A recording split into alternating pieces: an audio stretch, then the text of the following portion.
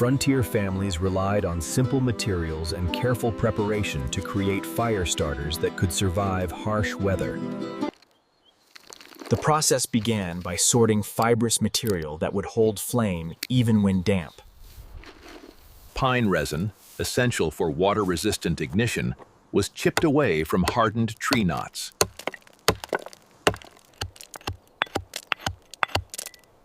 The resin was ground into small flakes to help it melt evenly later.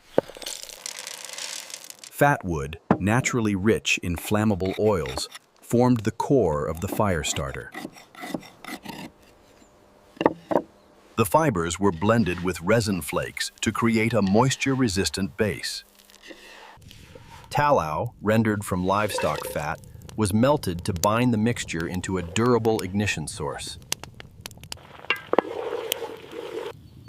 The melted tallow was strained to remove impurities. To shape the starters, a clean dipping station was arranged in the open daylight.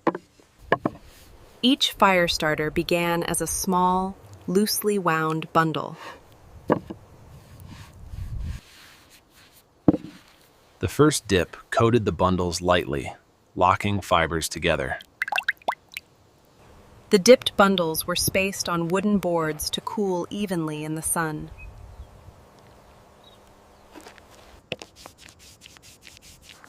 A dusting of resin flakes helped the next layer adhere more strongly. The second immersion created the main water-resistant shell. Bundles were rolled gently to compress layers and remove trapped air. Uneven ends were trimmed to ensure consistent ignition.